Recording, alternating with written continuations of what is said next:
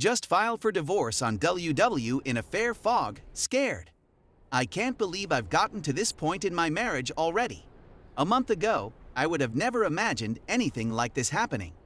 So far, our marriage had been perfect. We never left each other's sides, we had fantastic, we went on weekend date nights every week, and we always had each other's backs no matter what happened. I've done all in my power to ensure she's had a happy and fulfilling life. After knowing him for around 2 months, my wife established an emotional relationship with a man she met at the gym, then met at a party. In addition, I'd like to point out that this gentleman has 3 separate gym memberships with different clubs. Despite being challenged about it, she refused to discontinue her relationship with him. The two have exchanged flirty texts and nudes, according to her, and she believes she is in love with him. But until this person joined the scene, she made it clear that she hadn't loved me in a long time and that AP makes me feel like a woman. However, the love seemed real until this person entered the scene. Since meeting this man, she's transformed into a completely different person, cold, bitter, and completely disinterested in me. After 2 weeks of doing the pick-me dance, I eventually admitted my feelings for her and came to the conclusion that it's either him or me. I'm not sure what I want right now, she said. I stormed out of the house, informed my parents and in-laws of her presence, and called APGF on the phone. WW grew upset and shouted at me, "You're a for not alerting our family," he said. When she realized I had notified APGF, she went mad, yelling, pushing, and hurling things at me. I managed to get away. She then started telling me that we're done and that we don't have a hope in the world. The investigation is still underway. WW and AP pretended to have broken up with one another in order to get AP girlfriend off their backs. Because he and AP are so in love, why isn't WW abandoning his GF? Since then, I put my 180-degree turn into action. Text messages between WW and AP have also been uncovered where they discuss what their kid could look like, going on outings with friends, and the affair getting physical. I decided that it was time to call it quits and filed for divorce with my husband. She will be surprised by the amount of paperwork she has to deal with in the next 10 days. She'd probably never expect me to do anything like this, which is a good thing in this case. To convince her that I am serious and that I'm not only a backup plan, I must show my commitment to her. Upon her conviction, I intend to go nuclear, informing her family of everything she has been doing with AP recently, providing proof of continuing affair and physicality of affair to AP girlfriend, terminating her gym membership, withdrawing my money from our joint account, and forcibly removing her from the house. She is serving me and doing all of these things, and I am afraid of them, but I know that they are important if I am to be able to clear the fog from my vision. My hope is that detonating an atomic bomb on my marriage would save it, but I'm prepared to accept the worst-case scenario as well. In my state, spouses must be apart for a period of 6 months before a divorce may be finalized. It occurs to me that if she does not return for me within that time frame and make the improvements I need of her, there is nothing I can do. If that is the outcome, it will be challenging, but I will be okay and will become stronger as a result of the experience. Story 2. Me 35 male, with my wife 33 female, 6 years together, nearly 1 married. She cheated, sort of. Now all we do is fight.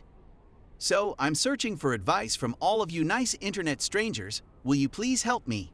Basically, I discovered my wife having a mostly text-based affair with an old coworker a few weeks ago and reported it to the authorities. They had met and made out once before I discovered them, and things had progressed by the time I discovered her. They were trying to find out ways to meet, and she had begun to email nude images. I was shocked and disappointed, since I had no clue what was going to happen. We have 2 young children, and although our relationship is far from flawless, it has always seemed to be good to many who have seen it. So how did we end ourselves in this situation? When our second child was born, what was left of our sea life was almost completely gone, so I took to port and controlled things that way.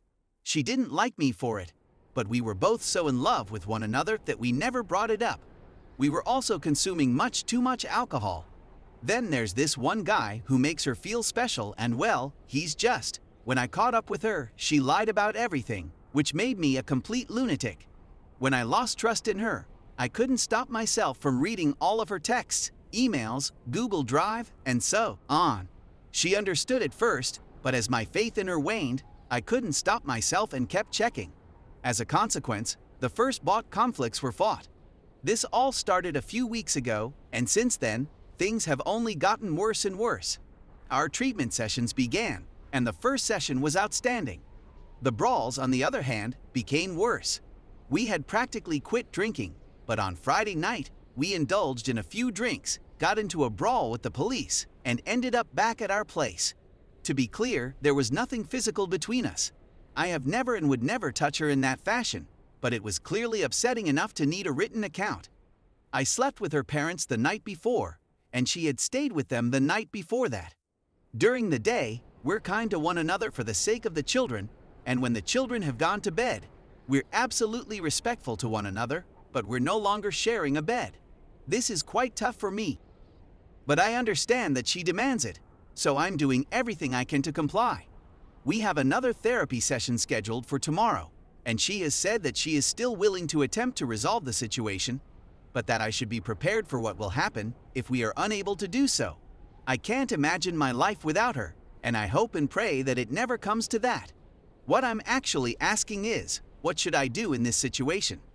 What I know more than anything is that it will take time and that apologies, although necessary, do nothing to assist the situation.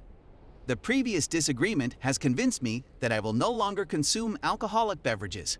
Regrettably, I know that it would not have gone as far if we had been sober. Is there anybody else who has gone through anything similar? What steps did you take to cope with it? Update.